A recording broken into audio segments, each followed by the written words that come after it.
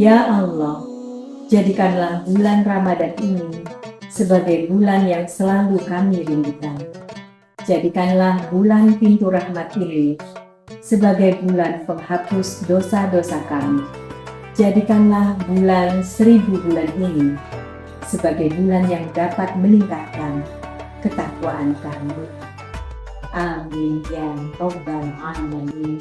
Seiring terbenam matahari di akhir Syakban, mari kita menyambut Ramadan dengan tekad kuat, merefleksikan diri menjadi pribadi yang lebih baik, membawa kebahagiaan, kesehatan, dan keberkahan bagi kita semua. Khusus bagi warga Kota Banjarmasin yang ulun cintai, dari Abu Hurairah radhiyallahu anhu, Rasulullah SAW bersabda, "Man shoma Ramadanan imanan wa ihtisaban, ghufira lahu ma taqaddama min dzambi."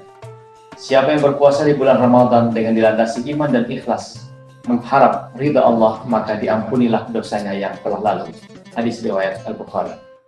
Semoga dengan Ramadan tahun ini, Allah memberikan berkah, rahmat dan ampunan, mengangkat semua musibah dan menggantinya dengan nikmat. Ulun Wali Kota Banjarmasin Dan ulun Ketua Tim Penggerak PKK Kota Banjarmasin beserta keluarga dan seluruh jajaran pemerintah Kota Banjarmasin mengucapkan selamat menjalankan ibadah puasa Ramadan 1445 Hijriah.